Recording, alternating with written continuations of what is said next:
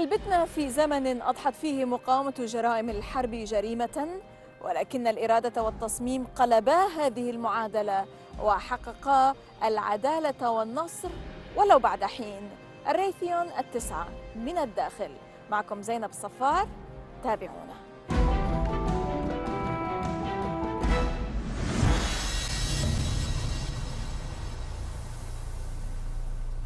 هي رايثيون أكبر شركة مصنعة للصواريخ في العالم، وخامس أكبر شركة عسكرية متعاقدة، إذ تضم 73 ألف موظف حول العالم، وتقدر عوائدها ب20 مليار دولار أمريكي سنوياً.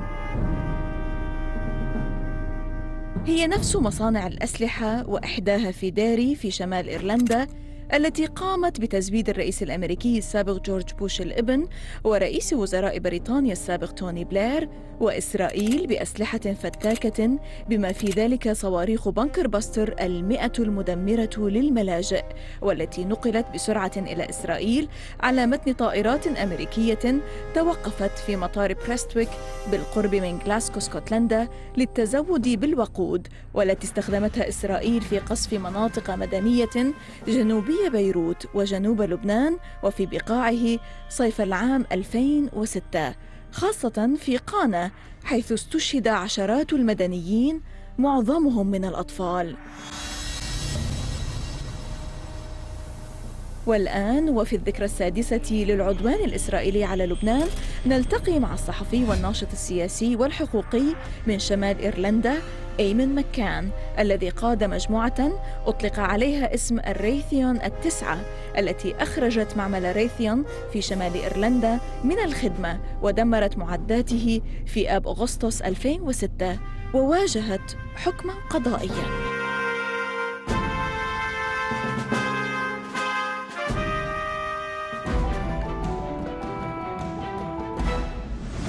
Ayman Makan, welcome to our show, The Inside. Well, back in 1968, you helped spark the civil rights movement and fight the British-supported sectarian state, and you're still fighting on this path, fighting injustice. Can you explain the occupation of Raytheon in this context? Yes, the occupation of Raytheon was about the same things that we were thinking of in 1968. In 1968, we were so busy dealing with day-to-day problems here in Derry and organising local people about the local issues, that while we called ourselves internationalists, we said we were internationalists, I don't think we did very much about it really. And all those years later, when the Raytheon issue arose, I think that there was a moment when we realized that if we were serious when we said we're internationalists, that we cared about the world at large and not just about what happened in our own little bit of the world. That moment came when we saw the film from Cana in southern Lebanon of the bomb which murdered so many innocent people in Cana. And we knew, as soon as we heard it, what had happened in Cana, we knew that a Raytheon bomb did this. It was a Raytheon bomb which killed those people in Cana. We knew that because we had studied Raytheon. We had studied the weapons that the company made. We knew that it was... You were sure and definite that the bombs that were being used by the Israelis in Cana were made in Raytheon? Oh yes, we were absolutely certain that these bombs had been made in Raytheon because Raytheon was the only supplier of guided bomb units, GBUs, so-called bunker busters, they call them. That those particular bombs are only supplied by Raytheon to Israel. And in fact, Raytheon had rejoiced when they had won the contract against other manufacturers to be the only supplier. So we knew that's Raytheon, a Raytheon bomb. And we also knew that here in Derry, we had a branch of the Raytheon company. This is where we right are. Here, yes. Right here, this innocent-looking building just looks like a school or an office, because in modern armaments, it's not, heavy machinery, with tanks coming out at the end of the factory. It's high technology. and it's manufactured in places like this. So we knew that Derry was involved in some way in the bombing of Cana, and we had watched the news film of that. Allow me here to ask you a question. Why in particular Cana? I mean, lots of other massacres took place in Lebanon back in 2006 by the Israelis in Marwahin, for example, and Dweir and other places, and they used such kind of weapons. Why in particular Cana moved you to take such an action? Well, there were two things about Cana which made it different. One was that we simply saw the pictures. Now, quite a lot of the time we hear about atrocities in the Middle East, in Lebanon, and Palestine, wherever, and we get the statistics, so many people have been killed and comments on it. I don't know why, but in Cana, the night after, the day after the bombing of Cana, we were able to see an Irish journalist working for the BBC, Fergal Keane, whom I knew personally, and looked at my television news. There was Fergal, whom I knew, standing in Cana, describing what had happened. We saw the medical workers coming out of the rubble, them carrying a little dripping bundle, a baby who had been killed. So because it was right in front of us, it wasn't an abstract thing anymore. It was a real human thing that we saw at Cana. And there also was the fact about Cana is that we were having complete coincidence. On the day after the Cana bombing, we had a meeting scheduled of the anti-war movement here in Derry to be addressed by an American person, a man who had been an interrogator at the Abu Ghraib torture center. Prison in Baghdad. The prison in Baghdad. And this was a man who was a Christian who had left the American forces because he was distressed and disgusted. And he was explaining about Baghdad and about Iraq. And that meeting was held the day after the Cana bombing. But everybody who came had in mind, but if we're really against what's happening in Iraq, how can we sit here and simply discuss Iraq and discuss the cruelty in Iraq when there has been this appalling atrocity in Lebanon, in Cana, which is connected to our own town? So we began to discuss it then, what to do about it, what can we do? Before we move on to discussing what you actually did on August 9th, I want you here to answer this question that they say that this facility was only related to the software development and not the actual physical manufacture of weapons. So why did you occupy it and decommission it? You see, Raitheion said, this is just the software. This is not real. We're not making bombs here. We're just making software. But of course, without the software, there is no bomb. The software is absolutely crucial to directing the bomb, to guiding it to its target. It was the software that guided the bomb to that building where 27 people were murdered in the basement. So it's not an excuse at all. The Raitheion do have no excuse when they say it's only the software. What was happening in Derry was contributing. It was part of the network of Raitheion, which went towards the manufacture and delivery and guiding of these bombs. So they're guilty. They're guilty. How come you had an American weapons manufacturer in Derry? Well, why in Derry and not in any other place? Well, of course, a very strange thing is that Raitheion was brought to Derry to celebrate peace. In 1998, there was the peace agreement in Northern Ireland. And many of the parties, nationalist parties, Irish nationalist parties, the British Unionist parties, everybody said, now that we've got peace, we get jobs, we get industry, investment. And they presented Raitheion as the first company which is going to invest in the new peaceful Northern Ireland. How paradoxical. It's very paradoxical, and even people who did not agree with the anti-war movement and so on would have to smile when they heard it announced we are celebrating peace by bringing an arms company from America to set up a facility here in Derry. So there was a paradox. There was a great irony about that. And we began campaigning against Raitheion within 24 hours of Raithyon arriving in Derry. We were campaigning against Raithyon before they had employed one worker. How can you tell us about the actions that you've taken? You said that you got together and you said that we have to do something. What did you do? Well, we decided that we would simply disrupt, try to stop the operation of the Raithyon company here in Derry. We knew that we wouldn't be able to stop it forever, you know, but we thought that even if we could only stop it for 5 minutes, we could stop Raithyon in Derry. We used that would have an impact, that would have an effect upon Raithyon's operations right throughout Scotland, England, Wales, Northern Ireland, because their high-tech operation, this high-technology operation, is all connected together. You bring down one component of it, it stops the others. So our argument was that if we can stop a bomb for 5 minutes, we have done something. Not a lot, but it's symbolic, but also it's practical, you know, and we wanted to send a message to other people that if we all do this and stop different Raithyon operations around Britain, Ireland, and the rest of the world, if we could reach people there, if we all operated together, we could have Would a be really... helping humanity. Yes, indeed. Yes, indeed. Yes. So you decided to take action. Yeah. How did you told us about how the idea emerged? Yeah. Then what happened on August 9th? Well, what happened is that we gathered early in the morning. The factory was going to open. Raithyon's premises were to open at 8 a.m. So we were here at about 7:30, half an hour before the factory opened.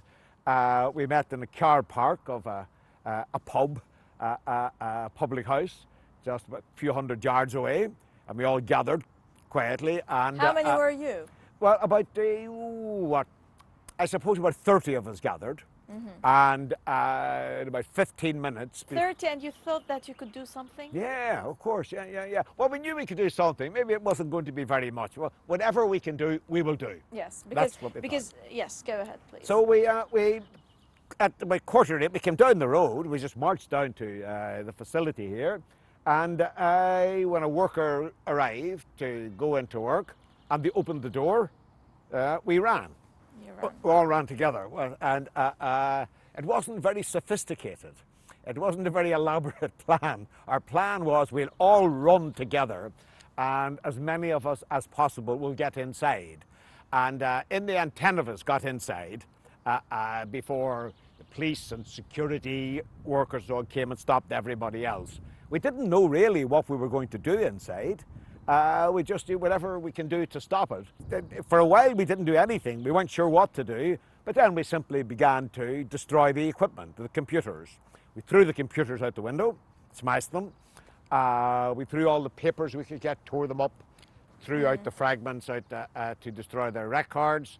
We removed all the computer disks we could find, and we took the mainframe computer, the computer which linked Raithyon and Derry to Raithyon elsewhere in Britain and around the world.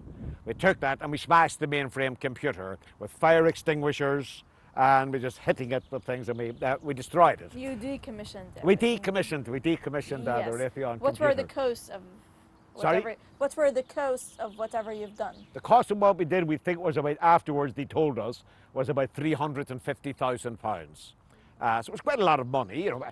Not a lot of money to Raithyon, I suppose, because they have billions of pounds. Okay. But still, it was quite a lot of money, and we would have caused more damage if we had been able to. But that's you all the did the equipment action. Now you're inside Raithyon. Yep. What happened after you decommissioned? Well, after the we whole decommissioned it, the police, there were lots of police outside, and the police kept shouting at us through megaphones and loudspeakers, loudspeakers, you know, come out and surrender, all this, you know. So it's just so like in movies. Just like it was, just like the movies. It was amazing, you know. And the police, I think the police thought we all had guns. The police thought that we were terrorists, we were desperados, and they didn't realise that we were just peaceful people. And they brought police from Belfast. They brought very heavy contingent of police. There were scores, or dozens of police around here with heavy gear, with guns, with body armor. They thought they were dealing with the terrorists. And we kept telling them, we've got no guns, we're not going to fight, we're peaceful. Now, we're going to stop for a short break, and then Yeah. we'll be back to talk about who was actually engaged with you in your activity against Raithyon. A short break, and we'll be back. Do stay with us.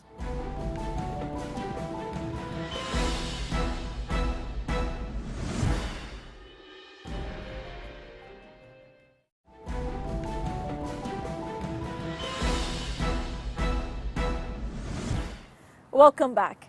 Ayman, you were talking about how you went through the guards and you went into Raithyon and you did what you've done and you decommissioned everything. Who was actually involved in this action? Because you said that you were 10 people and then we have Raithyon 9. So how come? Well, there was 10 of us got in originally, and one of them was my partner, Goretti. She was the only woman who I got in. And unfortunately, it wasn't possible for Goretti and myself, both, to stay there, because once we began barricading the premises, we knew we were going to be there for some time. And we had a daughter who has got special needs, and it couldn't be left on her own for some time. So either Goretti or myself was going to have to leave and go home very soon. So we talked Goretti about left. it, and Goretti left and went home. So the 9 people who stayed there were 9 men. Okay, then afterwards, what happened? You got barricaded and then the police came with their loudspeakers. Then You were taken out. we were taken out. The police smashed their way into the office. They cut their way in with a chainsaw, with a mechanical saw, surrounded us, pointing guns at us, at very close range, as close as I am to you now. Yes. Guns. They then carried all 9 of us, one at a time, put their handcuffs behind our backs, carried us out of the building, put us in police vehicles and took us to jail. We spent that night in prison. Only that night, and then what happened? Then the next morning we were taken to court, Yes. and to face the magistrates and be charged.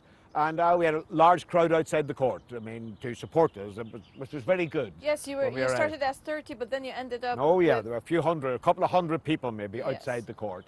And we were all sent back to prison. I mean, we spent a weekend in prison after that. But eventually we went to the High Court, and the High Court gave us bail, and we were allowed out until the trial came around. Okay, what were you indicted with? Causing malicious damage, breaking and entering, like burglary. Yes, aggravated burglary and unlawful assembly. Unlawful assembly was a... Isn't that in breach of human rights? Well, I think it was a How could war crime stoppers be considered as Well, you see, that was our argument. criminals? That was our argument. When we went to court, we said we do not deny anything. We do not deny that we broke into the building, we caused all this damage, that we refused to leave. We say we admit it all, but we say it's not a crime. And the reason we said that, we said that we were trying to stop a bigger crime, the crime of massacring people in Lebanon and the Middle East generally, and that it can't be a crime to try to stop a crime. And that was the argument which we eventually put to a jury in a court in Belfast, and the jury believed us. I mean, we were able to bring evidence about Cana, evidence about what was happening, what had happened in southern Lebanon during the Israeli Did invasion. you get any people from the families of the No, victims? we brought testimony, not the people themselves. And then we had to show that what we had done here at Raithyon did have the effect of disrupting the criminal activity of Raithyon. So this was your message. Yes, indeed. But what were the consequences and implications of your actions, Ayman? Well, the consequences really were that we had shown, I think for the first time ever in these islands, I don't know about other countries or America or Australia or anywhere, but I know that for the first time in Europe, we had successfully argued to a court that what was happening in the Middle East by the imperialist powers and by Israel, that these were criminal acts and that therefore could not be a crime to try to stop them. Here, I want you to just elaborate a bit on when you went to the court trial. What happened? How long did it last? The court case lasted, I think, just about 3 weeks. 3 weeks and a day, I think. When did it start? It started the following year. I can't remember the actual date. They wanted to they moved the trial away from Derry and to Belfast. And they thought that in Belfast people would not be sympathetic to us. But they were. The jury still found us innocent. I think that one of the most important parts of the case was what Raithíón said. Raithíón sent 3 people, and one very, very senior person who was the chief legal advisor to Raithíón in the United Kingdom. They sent him into the witness box to explain what he had done. And Raithíón's representative was our best witness, because he said, well, I don't believe it's a crime. And when our barrister said to him, well, look, there's a picture of a baby being carried out of a building, dead, because of your bomb, isn't that a crime? And he said, no. And he said, well, here's the names of people, and showed film from both from news programs and also amateur film of what had happened in Cana, and said to the representative of Raithíón, do you not think that's a crime? He said, no.